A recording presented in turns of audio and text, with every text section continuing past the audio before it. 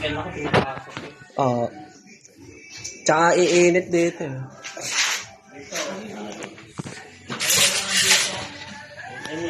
Tibay naman nga. Kuwang.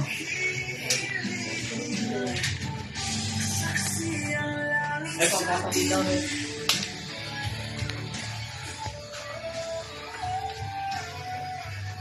Magkano bilhin nyo dito sa bahay?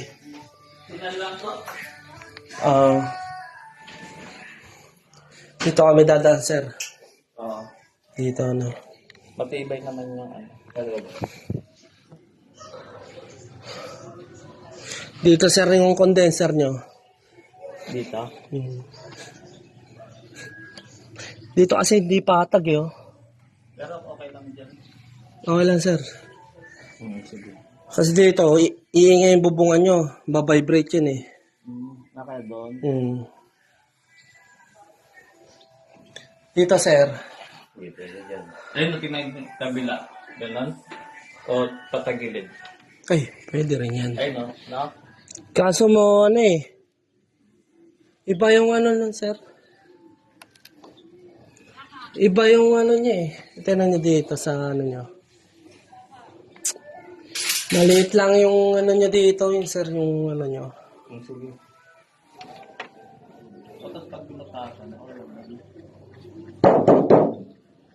Hindi pwede dito, sir eh. Iba yung design nun eh. Sige. Wala namang problema yun. Sir, yung aircon, saan nyo ano, sir? Doon sa baba. Sa baba? Oo, sa baba yung aircon. Di magugupit pa kami ng ano, sir, dito. Yero.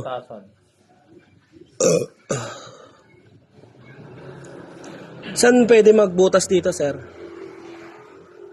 Kasi kung sa baba, hindi ba ano yun? Kung sa baba?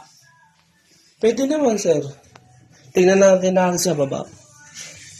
Kasi magbubot. Pero malapit sa pintuan mo siguro.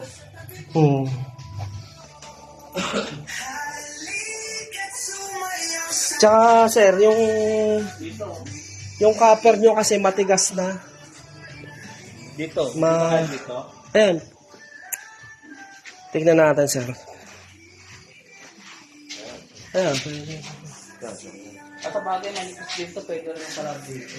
Oo. Mahina lang naman buga nito, sir. Maliit lang. Dito na lang, sir. Kasi doon, masisira pa yung ano nyo, sir. Butas yun. Oo. Tsaka yung copper nyo, matigas na. Mahirap na yan, yun. Kung gusto... Ano naman yung sasakyan, no? Oo, indulo lang. Oo.